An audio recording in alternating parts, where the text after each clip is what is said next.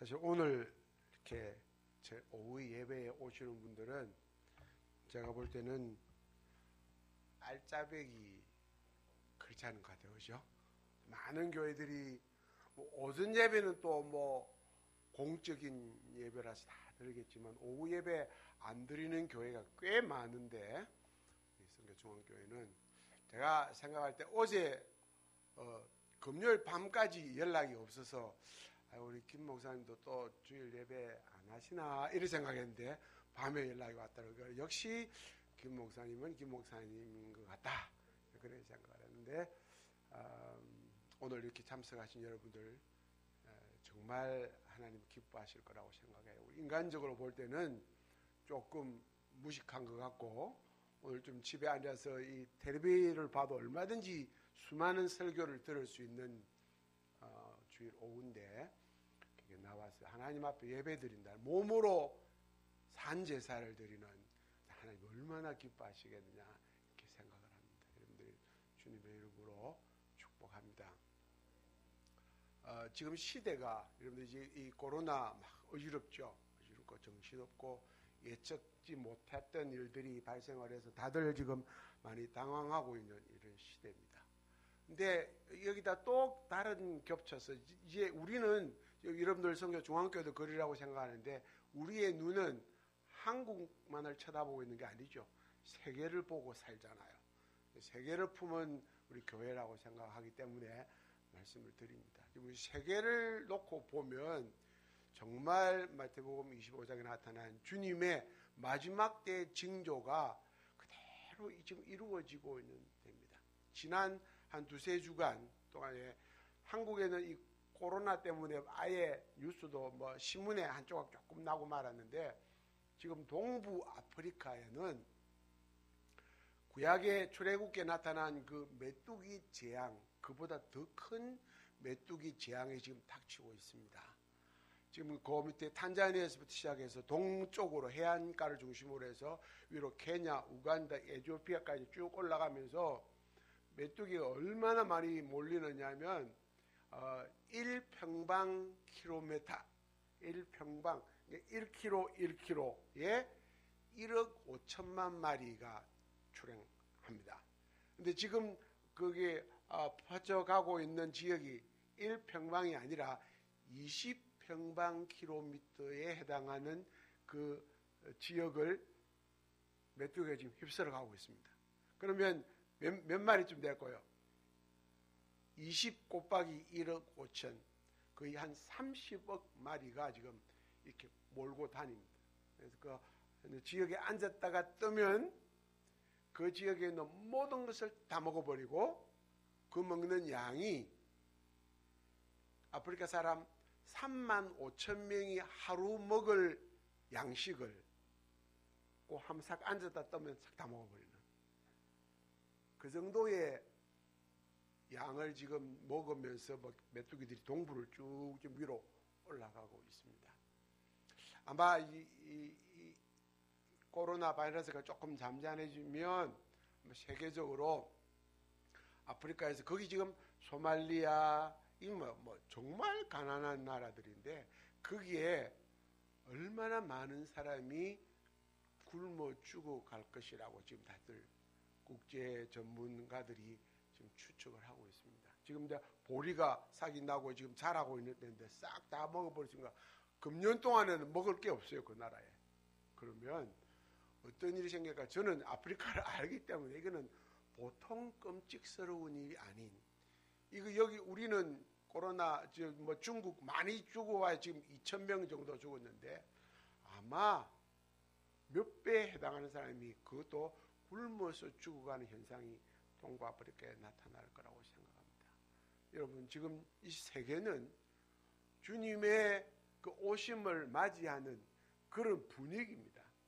그래서 어떤 데는 홍수가 나서 난리를 치고 지금 요 메뚜기 떼가 나타난 이유가 그 인도양의 상극자 현상이라고 하는 게 있는데 그 인도양의 오른쪽에는 기근과 이 가뭄이 나고 그래서 지금 호주에 지금 몇 달 동안에 산불이 났잖아요. 고영향이 이 상극자 때문입니다.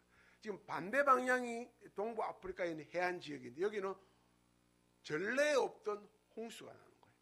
홍수가 나니까 메뚜기 떼가 번식할 딱 그 환경을 만들어 준 거예요.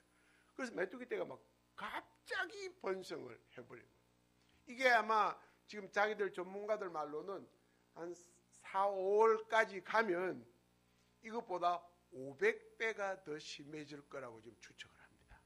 그럼 우리는 상상할 수 없는 희생이 지금 동부 아프리카에서 일어나고 있습니다.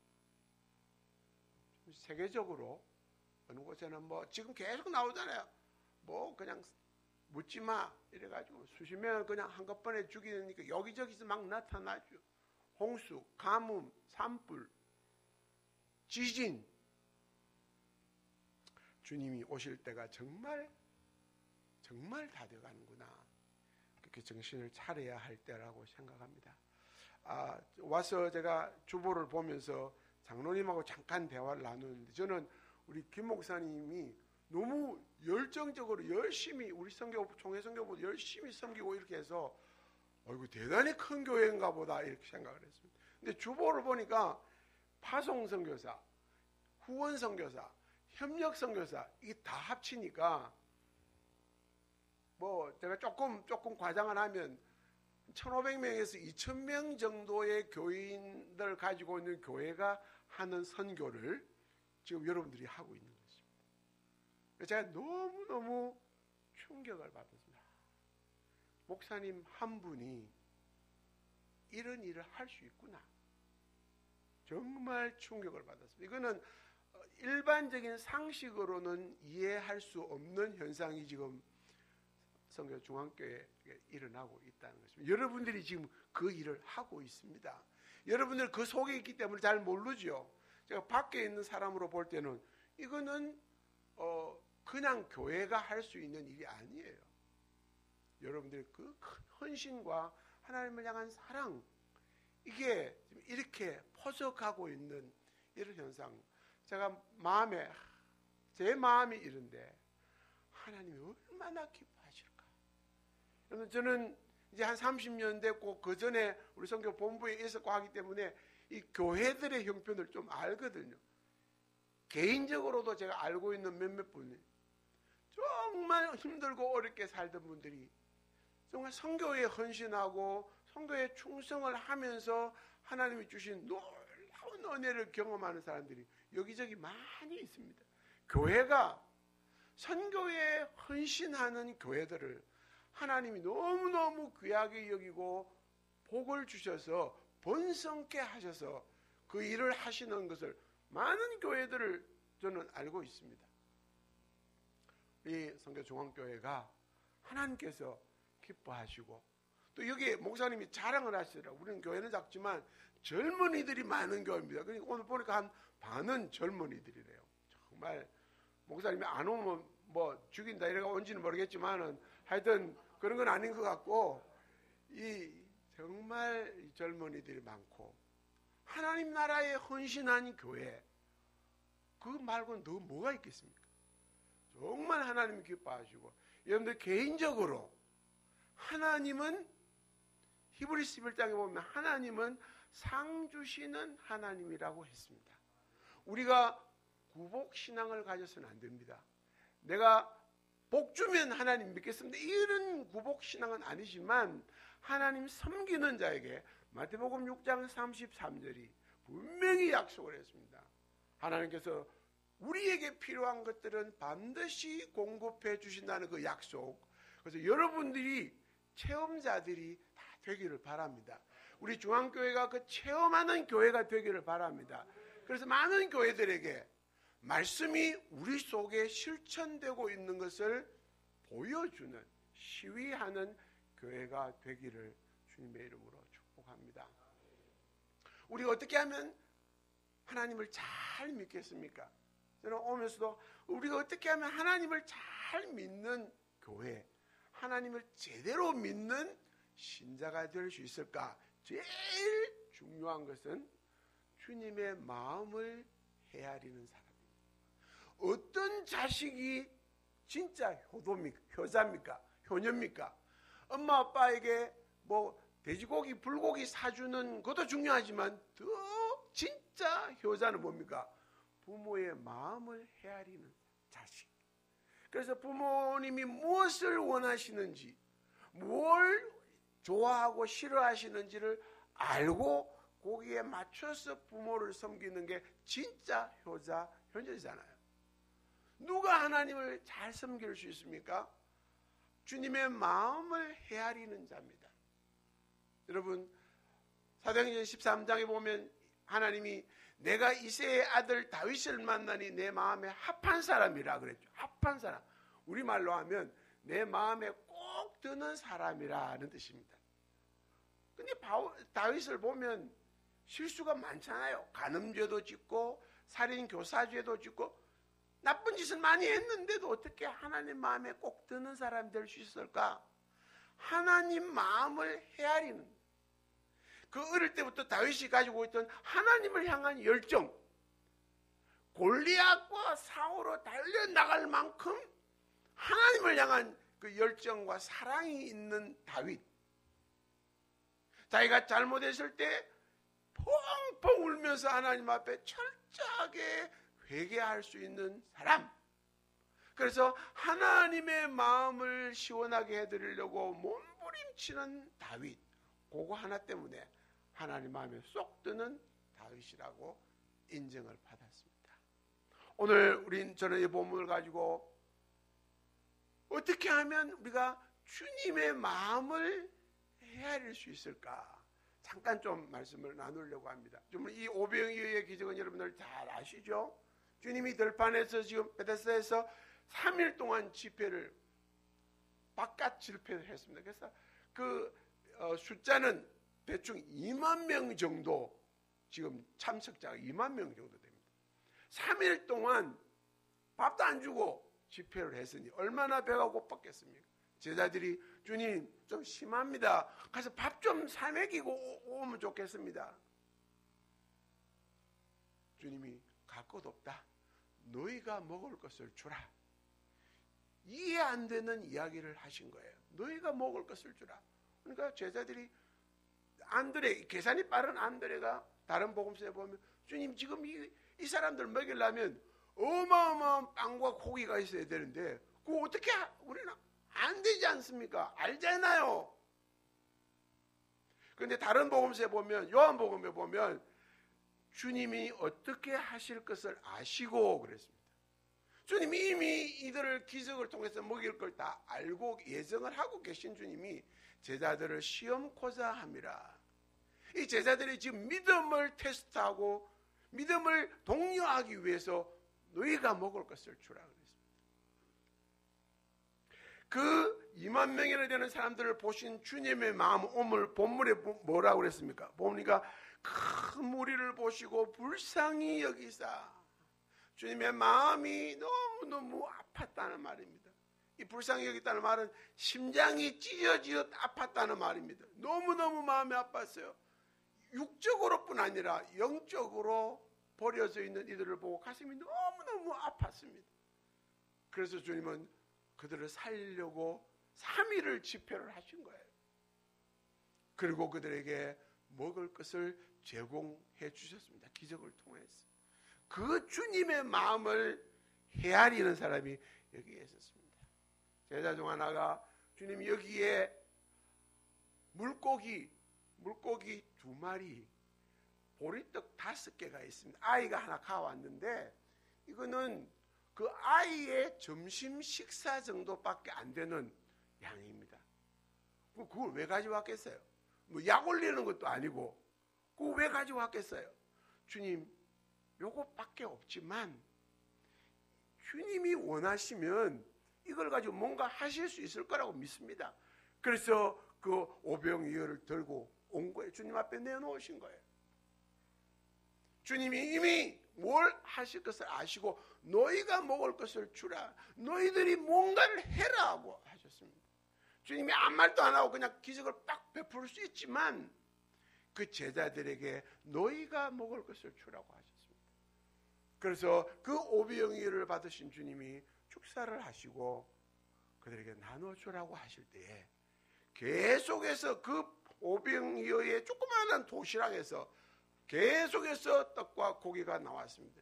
이거는 우리의 과학으로는 도무지 설명할 수 없는 일이지만 자연을 다스리시는 하나님, 아무것도 없는 데서 이 천지를 창조하신 주님한테는 앞에서는 이거는 식은 죽 먹기죠. 식은 죽 먹입니다. 그래서 다 나눠주고 가득 배불리 먹여주셨습니다. 오늘 주님이 오늘 여기서 두 가지 제가 말씀을 드리고 싶습니다. 주님은 그들을 볼 때 너무너무 가슴이 아팠습니다. 불쌍히 여기는 마음이 너무너무 많았습니다. 우리 크리스찬들은 그 주님의 마음을 닮아야 됩니다.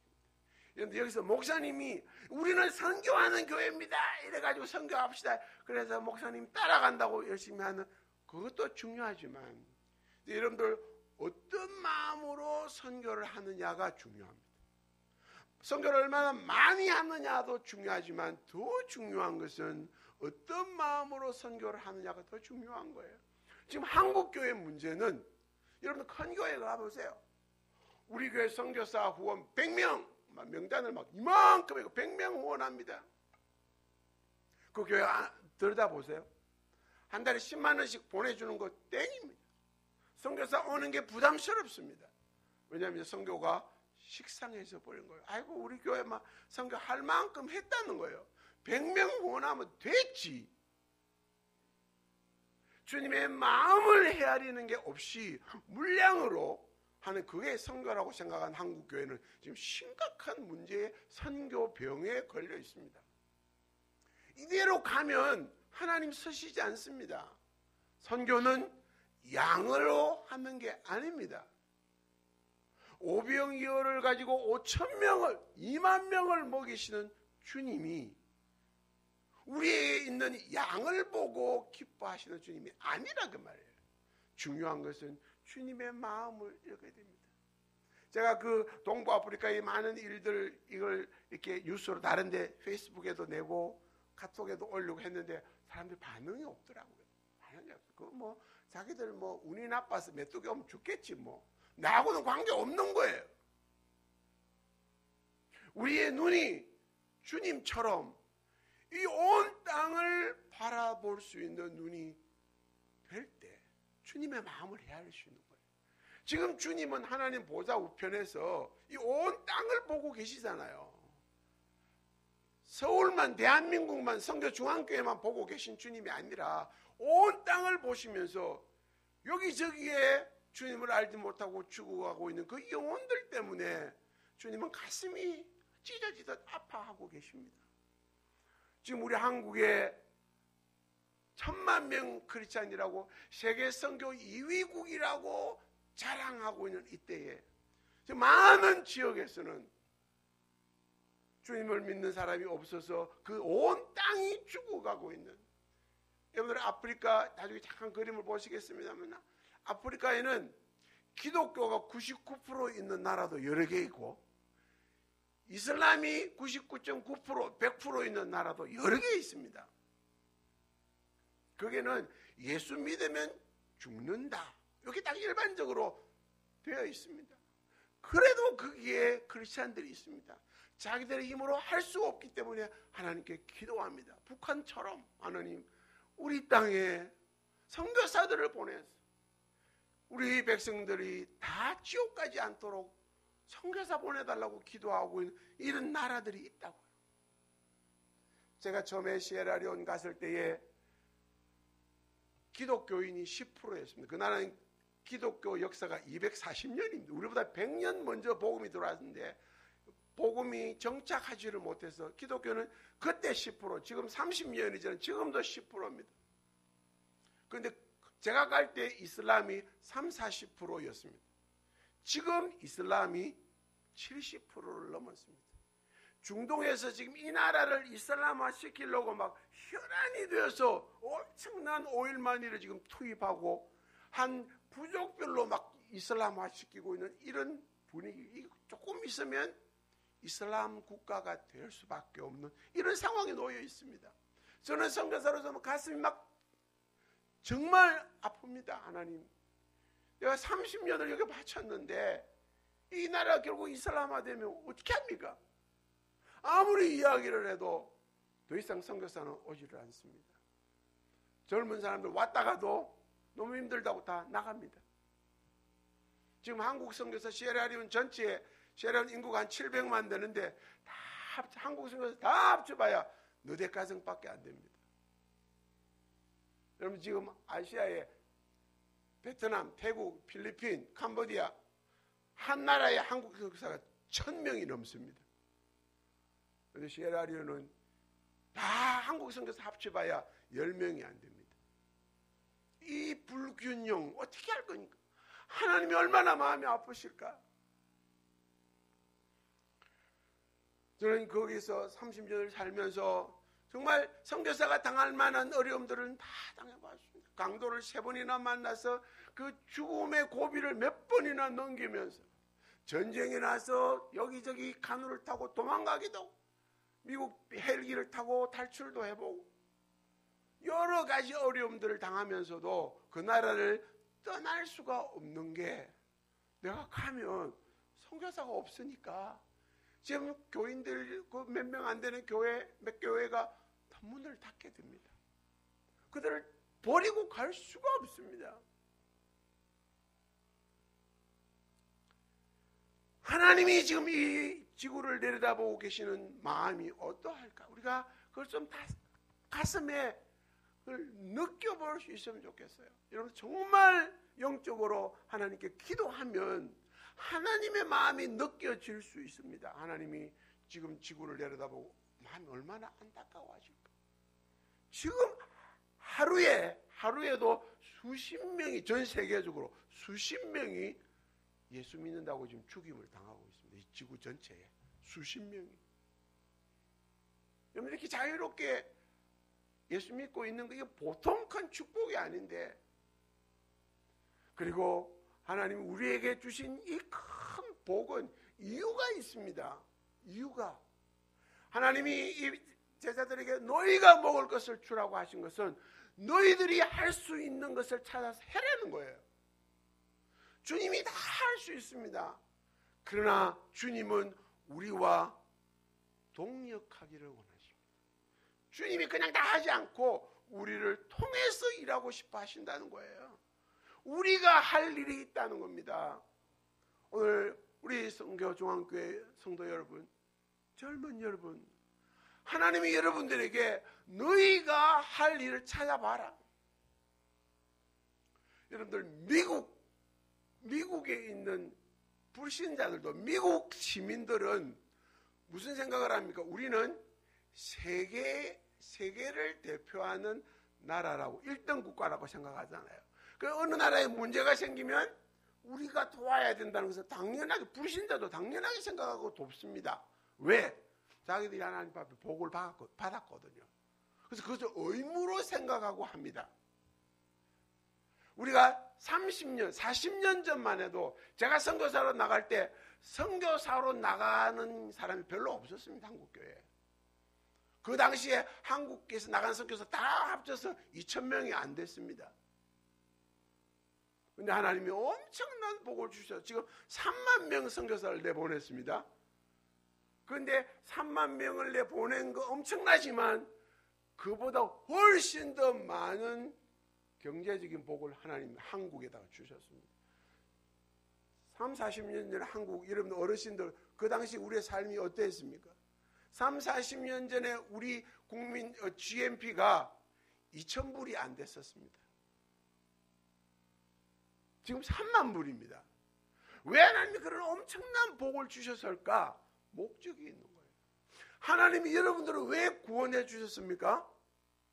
여러분들이 예쁘고 착하고 좋아서 구원해 주셨어요? 아니잖아요. 다 같은 죄인인데 하나님이 나를 은혜로 구원해 주신 것은 나를 구원해 주시는 그 자체가 목적이지만 똑같이 중요한 목적이 하나가 더 있습니다. 동전의 양면처럼 두 가지 목적이 있어서 하나님이 여러분들을 구원했습니다. 잊어버리면 안 됩니다. 하나는 하나님이 나를 조건 없이 사랑해서 하나님의 자녀 삼아 주신 거지만, 또 하나는 하나님이 이 온 땅을 하나님의 나라로 만들어가는 이게 하나님의 목적인데, 우주 경영의 목적인데, 그 목적을 누구를 통해서 이루시느냐? 천사를 사용하지 않습니다. 하나님이 먼저 불러주신 신자들을 사용해서 그 일을 하시는 것이죠. 그게 하나님의 전략입니다. 하나님 구약의 이스라엘을 선택을 해서, 이스라엘 우리는 선민이라고 좋아했지만 하나님이 이스라엘을 선민으로 삼으신 목적이 뭐예요? 이스라엘은 하나님 우리만 사랑한다고 착각에 빠져 있었습니다. 근데 하나님 그게 아니거든요. 이스라엘을 선민으로 삼으신 목적은 창세기 12장에 아브라함을 부르실 때 뭐라고 그러십니까? 너로 말미암아 천하 만민이 복을 받을 것이다. 너는 복의 근원이 될 거라. 그러니까 이스라엘을 부르신 목적은 이스라엘을 통해서 천하 만민이 복을 받아서 하나님을 알게 되는 그런 복을 받게 하기 위한 도구로 이스라엘을 사용하려고 부르신 거예요. 그런데 이스라엘은 그걸 몰랐던 거예요. 모르고 우리만 사랑하시는 하나님, 즉 이방인들은 전부 다 지옥의 불쏘시개라고 생각했던 이스라엘, 하나님이 계속 도전을 하셨지만 이스라엘은 끝내 그 하나님이 사용하시려고 하는 것을 알지 못하고 거부하다가 구약의 끝은 뭡니까? 이스라엘의 실패로 끝납니다. 하나님이 이스라엘을 버리신 거예요. 하나님이 지금 한국에다가 이런 엄청난 복을 왜 주셨습니까? 우리 잘 살고 복 받고 천당 가고 그것만을 위해서 한국에다 이런 복을 주신 게 아니거든요. 하나님이 한국교회를 사용하고 싶어 한다고요. 여러분 3만 명 선교사 나간 거 대수가 아닙니다. 지금 세계에 40만 명의 선교사가 나가 있는데 전체에 그 중에 4분의 3은 여전히 반 이상은 서구 선교사들입니다.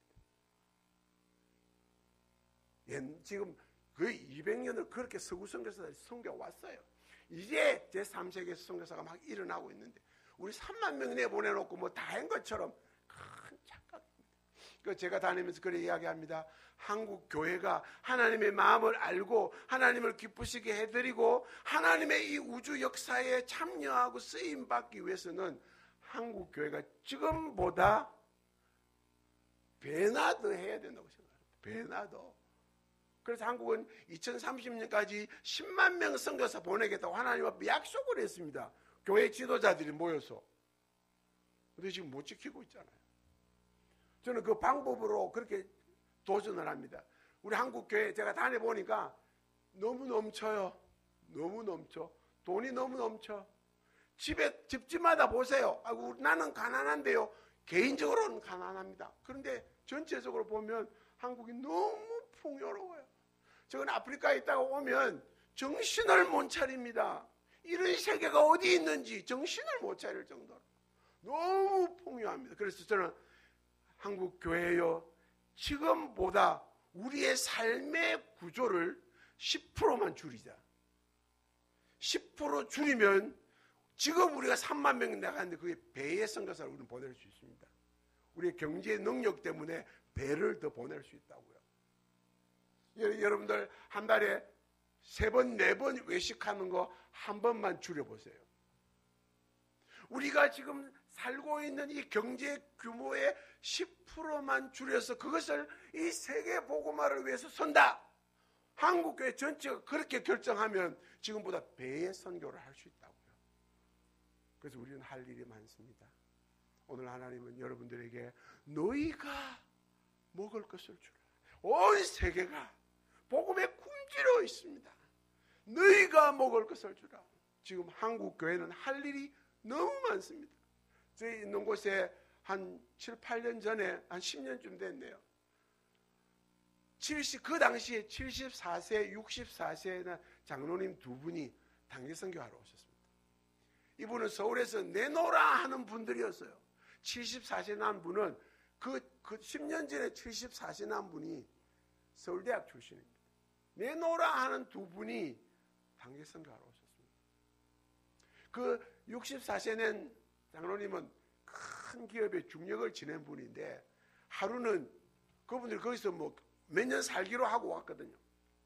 하루는 저보고 선교사님 너무너무 좋다는 거예요. 나는 이분들이 고생한다고 불평하면 어떨까 걱정을 했는데 너무 좋다는 거예요. 행복하다는 거예요. 왜요? 저는 장로지만 주일날 뭐 교회에서 멀리 떨어져 있으니까 주중에는 새벽기도도 못 가고 수요일 예배도 잘 못 가고 주일날만 가서 열심히 교회 봉사를 했는데 내가 선교지에 오니까 이건 24시간 하나님을 위해서 내가 먹는 거 자는 거 모든 게 하나님을 위한 거라고 생각하니까 가슴이 벅찬다는 거예요. 자기가 거기서 힘들고 뭐 불편하고 아무 문제가 너무너무 행복하다는 거예요. 안 그렇게 해서요? 주일날만 봉사하던 장로님이 24시간 1년 365일 모두가 하나님 나라를 위해서 수고하는 삶을 산다고 생각하니까 얼마나 기쁘고 벅차다는 거예요. 여러분, 우리의 마음입니다. 마음. 주님의 마음을 헤아리면 내가 지금 주님을 섬기고 있는 게 난 이만하면 됐다. 이게 없어요. 없어요. 여러분들 아내를 사랑하고 남편을 사랑하면 내 선물 반지 하나 주면 나 이제 당신 사랑 다 했다. 이렇게 할 수 없잖아요. 줘도 더 주고 싶은 게 사랑이잖아요.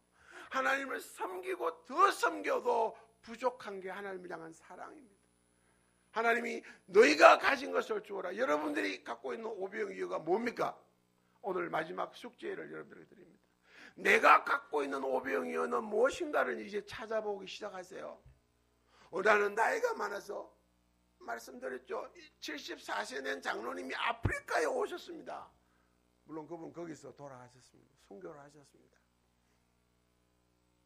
당뇨병 합병증에 와서 순교를 하셨는데 그 자녀들이 나중에 그걸 깨닫고 우리 가정에 이런 순교자가 나는 축복을 주셨다고요. 그 다음에 그 가족들이 자녀들이 돈을 모아가지고 그 땅에 중고등학교를 세웠습니다.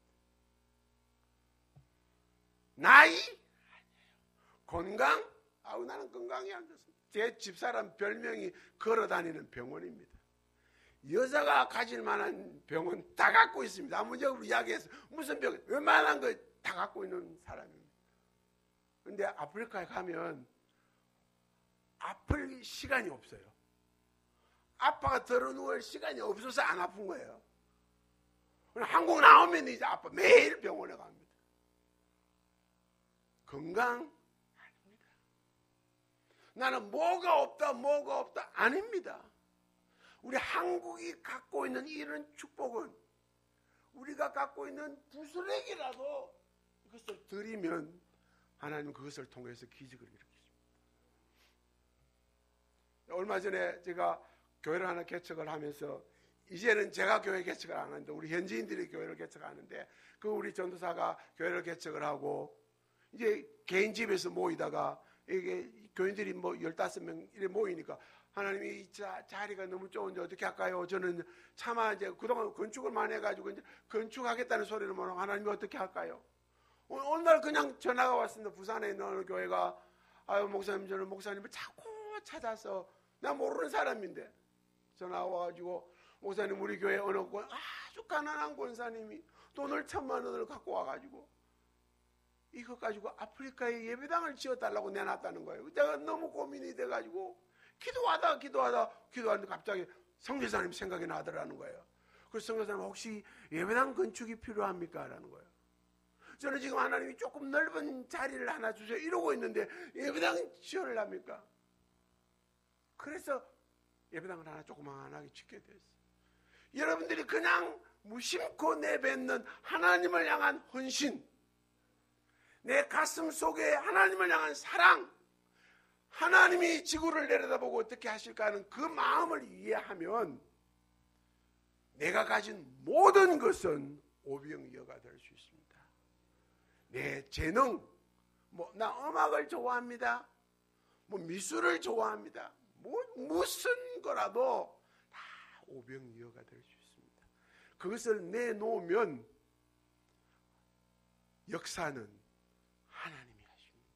내가 하는 게 아닙니다. 여러분들, 저는 뭐 아직 나이는 넓지 않았습니다만 나이가 조금씩 들어가면서 느끼는 게, 하나님, 내가 할 수 있는 건 없어요. 내가 하려고 열심히 해봤던 것들은 다 실패하는 거예요. 다 실패입니다. 그래서 이제는 진짜로 하나님 두 손 두 발 다 들고, 하나님이 안 하면 나는 아무것도 할 수 없습니다. 하나님이 여러분들이 오병이어를 드릴 때 쓰십니다. 결론, 오늘 이 아이가 오병이어를 드려서 기적이 일어났는데 결과는 어떻습니까? 그 아이에게 예수님이 뭐 상을 줬습니까? 아무 상 안 줬어요. 그 아이에게 무슨 금덩어리를 하나 줬습니까? 아무런 복을 안 주셨어요. 그리고 그 아이의 마음은 어떻겠습니까? 내가 아무것도 아닌 오병이어를 내놨더니만 이거 가지고 2만 명을 먹이는 엄청난 기적을 주님이 베푸셨다. 그 아이 평생 그걸 잊어버리겠습니까? 그 아이의 가슴이 얼마나 벅차겠습니까? 나는 아무것도 아닌데 이거 주님이 쓰시더라. 제자들이 그걸 보고 역시 예수님이다. 예수님이 원하실 때는 얼마든지 기적을 일으키시는 분이다. 하나님께 큰 영광이 되고 제자들에게 다시 한 번 더 주님을 신뢰하는 믿음이 생겨가 되고, 이 아이는 내가 가진 이 오병이어를 드리니까 주님이 쓰시더라. 이 놀라운 체험을 하게 되는 축복이 넘쳐난 겁니다. 그 당시에는 물질의 축복은 아무것도 없었습니다. 그러나 그들은 두고 그 하나님의 놀라운 은혜와 역사를 경험하고 사람들과 나누는 축복을 받았던 것입니다. 여러분들이 가진 오병이어를 찾아보십시오. 그러면 나는 오병이어가 아무것도 없습니다 하는 사람은 아무도 없습니다. 다 있습니다. 여러분, 제가 조금 더 그림에 설명을 드리겠습니다만, 저희들은 선교사가 안 오니까 우리 대학생들이 지난 한 15년 동안 한 60명이 단기 선교를 다녀갔습니다. 이거 일주일 이게 아니고 1년짜리, 그래서 저는 선교 훈련 프로그램이라고 하는데 1년 동안 와가지고 휴학한 아이들이 와서 진짜 고생하거든요. 우리는 일이 많아요. 그래서 일주일 7days 계속 돌아갑니다. 데이오프도 없어요. 계속 돌아갑니다. 정신없이 새벽기도부터 시작해서 밤늦게까지 일합니다. 처음에는 힘들어하다가 한 2-3개월 지나면 아이들이 딱 정착을 하면 얼마나 행복해하는지. 문제 있던 아이들 다 정리가 되고요. 육신의 병도 다 치료가 되고요. 저작년에 왔다 간 여자애는 몸무게가 1년 동안 17kg가 줄었습니다. 그 다이어트 안 했어요. 전혀 안 했습니다. 그런데 열심히 일하고 규칙적으로 생활하고 우리 영양가 있는 음식 먹고 그러니까 한 달에 1kg씩 쭉쭉 빠져가, 갈 때는 부모가 못 알아볼 정도로 변해가 갔습니다. 여러 가지 축복이 오는데 그 아이들은 지금 다 선교적인 삶을 삽니다. 선교사로 나가기도 하고 또 자기들끼리 결혼해가서 또 선교적인 삶을 살기도 하고 목회자가 되기도 하고 놀라운 축복들을 경험하는 것을 우리는 경험하고 있습니다. 제가 설교 여기까지 하고 한 10분 채 안 되게 아프리카에 대한 이야기 좀 하고 마치겠습니다. 목사님 10분 정도 돼도 됩니까? 선교사는 어디 가면 시간이 많이 잡아먹어서 싫어하죠. 할 수 없습니다. 그 영상을 떼어보십시오. 이 리모트가 안 되니까 좀 빨리빨리 사인을 받고 넘어가 주시면 되겠습니다. 자,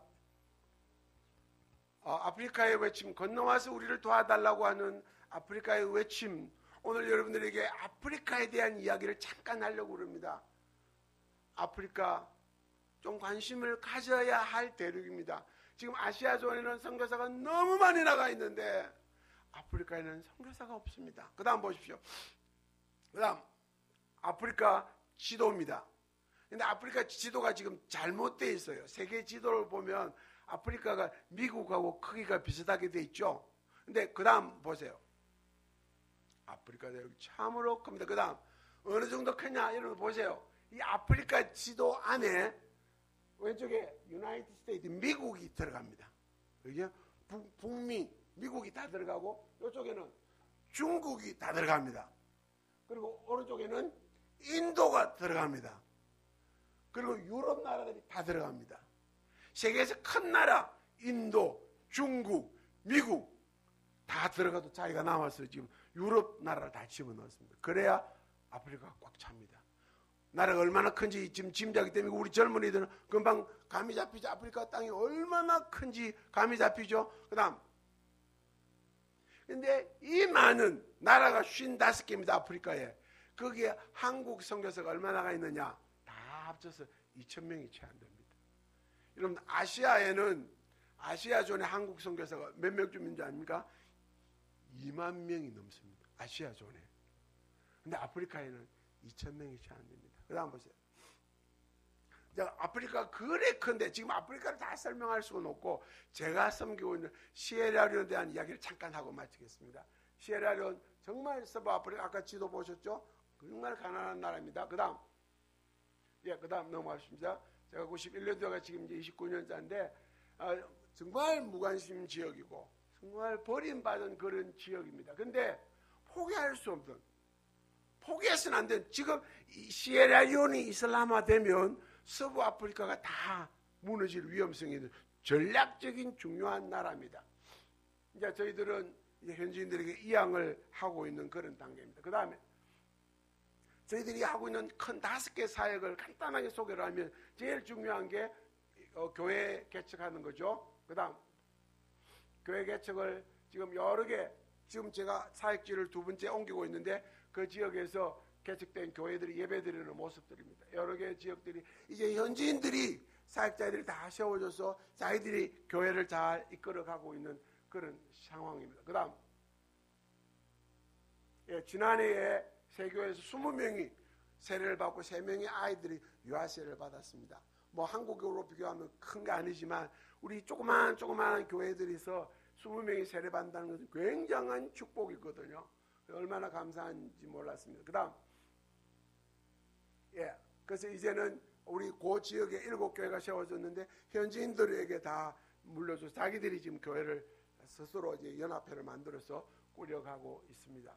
그다음 2번째 사역이 이제 신학교 현지 지도자를 양성하는 신학교 사역인데 우리 신학교 안에 그다음 신학교 안에 이제 신학생 목회자를 양성하는 신학부가 있고 우리가 학교들이 많아요. 그래서 교사를 양성하는 교육학부가 있습니다. 가르치는 거고 그 다음 방금 나온 거 보세요. 그 앞에 우리 신학교 안에 이슬람 연구소가 세워져 있습니다. 왜냐하면 지금 막 이슬람화 될 그런 상황이 오는데 이 교회들은 거기에 대해서 아직까지도 움직임이 없습니다. 그래서 하도 답답해서 우리 힘은 없는데도 이슬람 연구소를 만들어서 이제 연구를 하고 이슬람이 어떤 건지 알리고 교회들에게 알리는 이런 작업들을 하고 지난해 2차례 초교파적으로 세미나를 해서 현지 사역자들에게 이슬람을 알리는 이런 일들을 연구소를 통해서 하고 있습니다. 그 다음에 이제 교육 사역입니다. 하나님 최근에 한 15년 동안 하나님 교육 사역을 우리에게 막 일으켜 세워 주셨습니다. 그래서 유치원, 초등학교가 4개, 중고등학교가 2개, 학교가 갑자기 6, 7개 늘어나가지고 많은 학생들을 우리가 섬겨야 할 그런 상황에 있습니다. 그 다음에 학교를 보시면 어떤 거는 좀 큰 학교인데 2층으로 된 학교도 있고 중고등학교 뒤에 보면 건물이 많이 돼 있죠. 그래서 학교들이 여러 개가 지금 잘 이렇게 자라가고 있습니다. 그 다음 그 다음 쭉 하나 둘 셋 지금 학교 그 지역이 지금 70%가 넘는 이슬람인데도 학교는 아직까지 복음 전하는 자유가 완전히 주어져 있습니다. 제가 이게 반에 초등학교 아이들 5학년 반에 들어가서 글 없는 책으로 전도를 하면 한 50명이 앉아가지고 나중에 그 예수님 영접하는 사람 손들으라 그러면 다 손듭니다. 이슬람 지역인데도 예수 믿는 사람들이 얼마든지 나올 수 있는 이런 지금 황금 시간입니다. 이거 놓치면 이슬람화 됩니다. 굉장히 시급하고 중요한 시기입니다. 그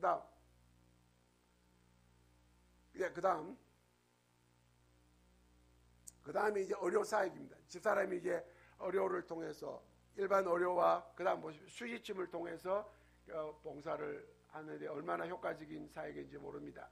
그래서 조그마한 진료소를 지어서 일반 의료와 수지침을 통해서 그 복음을 전하고 그다음에 보면 이제 우리가 교회 세울 지역이 정해지면 그 마을에 주말 사역을 쭉 나가서 이렇게 무료 진료를 해줍니다. 그러면 자연스럽게 믿는 사람들이 생겨서 교회를 개척하는 중요한 통로가 되고 있습니다. 그다음 마지막으로 조금 전에 설명드린 이 단기 선교 훈련 봉사입니다. 그다음 보십시오. 자, 우리 학생들이 오면 오전에는 학교, 뭐 병원, 도서, 신학교 이렇게 쭉 내보내서 사역을 하고 이제 오후에는 집에 들어오면 이렇게 노가다를 합니다. 막 수리도 하고 뭐 만들기도 하고.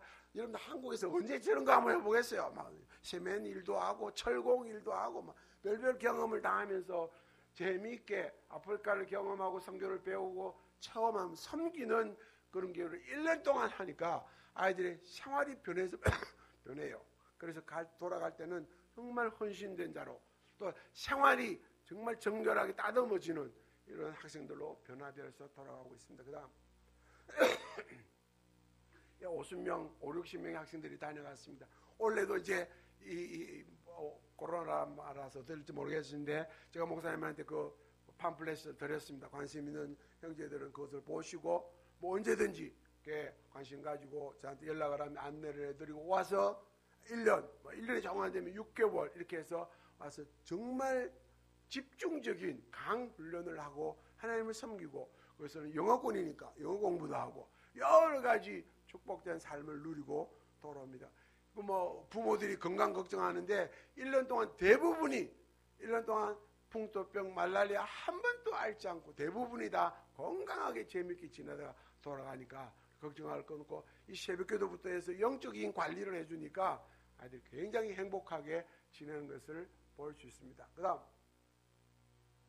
이제 제가 다음 달에 돌아가면 이제 몇 년 안 남았습니다. 은퇴가 몇 년 안 남았는데 요즘은 이제 한국에는 이 60대 중반은 아직 젊은 사람입니다. 그래서 저는 아직 젊다고 이제 새롭게 계획하는 사역 2개가 있는데 여러분들이 혹시나 관심 있으면 기도해 주시면 고맙겠습니다. 자, 1번째 시라리온의 가나안 농군학교를 계획합니다. 너무 가난하니까 이 예수 믿어도 이 신앙이 정착이 안 됩니다. 뭐 거짓말하고 훔치고 속이고 이게 생활이 일반화가 되어 있기 때문에 방법이 없습니다. 그래서 이제 이 의식을 신앙으로 의식을 개조해주고 농목축을 통해서 기술을 가르치고 그래서 제대로 살 수 있도록 해주면서 교회를 개척하는 이거 2가지 정신개조와 기술 이것을 전복을 시켜주는 이 가나안 농군학교를 계획하고 제가 지금 훈련을 받았고 이제 이번 연말부터 시작을 하게 됩니다. 이것이 우리에게 이양을 해주면서 이들을 개발해주는 중요한 사역으로 생각하고 있고요.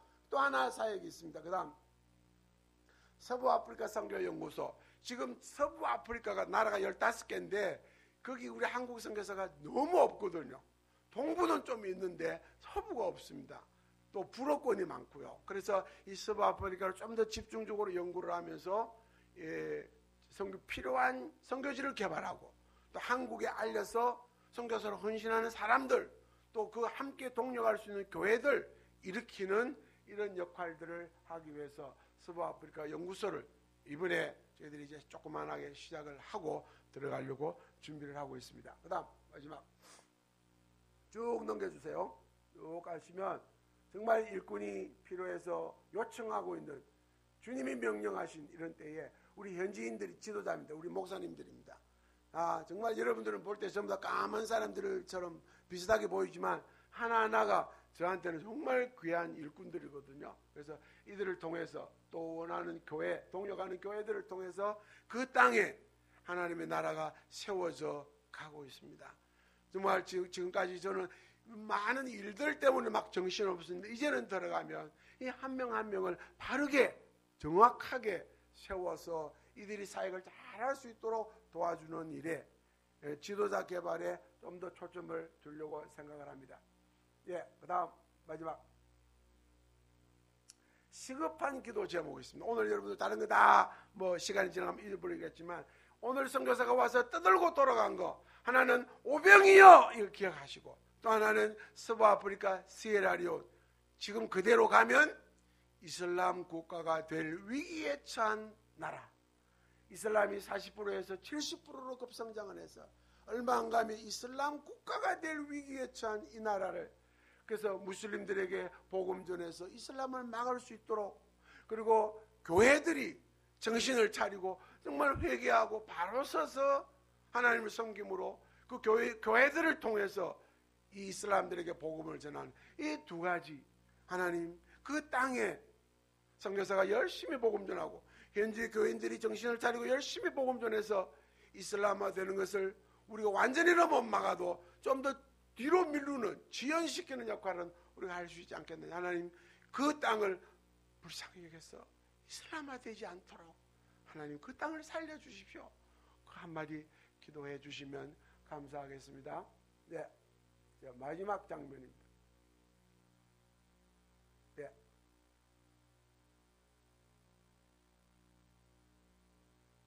그 아프리카 아이의 눈물을 여러분 기억해 주시기 바랍니다. 건너와서 우리를 도와달라고 외치고 있는 그 죽어가는 영혼들이 외치고 있는 그 소리에 지금 선교사는 60이 넘어가지고 이제 쉬어야, 한국에서는 이제 은퇴할 나이에 다시 새로운 계획을 세우면서 들어가고 있습니다. 왜? 사람이 없으니까. 지금 선교사가 한두 명이라도 있으면 좀 맡겨놓고 조금 여유를 차릴 수 있는데 그런 여유가 없습니다. 가서 지금 가면 전에보다 더 열심히 일해야 될 상황입니다. 하나님 이 시에라리온 땅을 불쌍히 여겨주시고 아프리카를 하나님 불쌍히 여겨주시고, 한국 교회가 이제 좀 가기 쉬운 곳, 가까운 곳 뭐 이런 데만 너무 집중하지 않고 멀지만 가난하지만 어렵지만 하나님 아프리카를 품을 수 있는 한국 교회들이 되게 해주십시오. 지금 선교 중앙교회가 보니까 아프리카 선교사들이 몇 명이 있더라고요. 근데 그래도 남쪽에는 조금 낫습니다. 남아공, 케냐 뭐 이런 데 조금 나은데 이 서부 쪽에는 정말 열악하기 때문에 선교사가 가려고 하지 않는 그런 땅에 하나님, 제가 이번에 우리 선교사 한 가정 달라고 지금 막 매일 기도합니다. 이번에 새로 이제 다음 주간에 OTC 선교사 마지막 훈련 시작하는데 그 중에 10가정 중에 한 가정 하나님 쭉 좀 우리 시에라리온 보내달라고 기도하는데, 그래서 여러분들 기도해 주시고 우리 대학생들 가운데 이런 데 가서 진짜 고생하면서 한번 해보겠습니다, 이런 젊은이들이 일어날 수 있기를 바랍니다. 이 시간 한 1, 2분 동안 우리 통성으로 기도하겠습니다. 하나님, 오늘 선교사를 통해서 하나님이 일하시지만 너희가 먹을 것을 주라, 너희의 오병이어가 뭐냐고 우리에게 도전하시는 주님의 음성을 듣고 주님의 마음을 헤아릴 수 있는 마음을 허락해 주옵소서. 무리를 보시고 가슴이 찢어지듯 아파하시는 그 주님의 심장을 느낄 수 있는 영적인 민감성을 허락해 주시옵소서. 그래서 내가 가지고 있는 오병이어가 뭔지, 하나님 앞에 내놓을 수 있는 게 뭔지 살펴서 하나님 앞에 드림으로 하나님 나라가 확장되고 또 내가 하나님의 앞에 쓰임받는 이 놀라운 영광을 누리는 그런 주님의 백성이 되게 해 주옵소서. 오늘 사진으로 본 아프리카, 그 중에서 시에라리온 저 불쌍한 사람들, 하나님 그 땅에 이슬람화 되지 않도록